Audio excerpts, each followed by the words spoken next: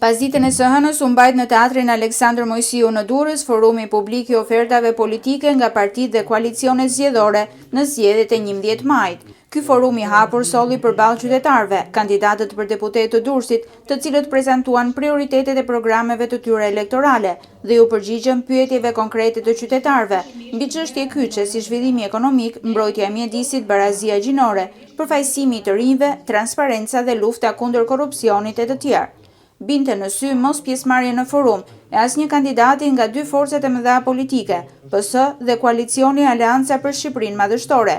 Për Miriam Reçin, nga Qendra e Zhvillimit të Shoqërisë Civile në Durrës, kjo mungesë është dëshmi e regresit të debatit politik. Mendoj se është një regres, sepse në të kaluarën ne kemi pasur praninë e të gjithë forcave politike.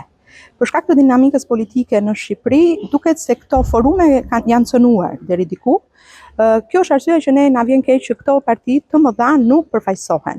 Por ne kemi shpresën që në të ardhmen fryma e debatit, e forumeve dhe e diskutimit, kryesisht fryma e marrëdhënies me qytetarin, do të shihet ndryshe dhe gjërat do të shkojnë në përmirësim.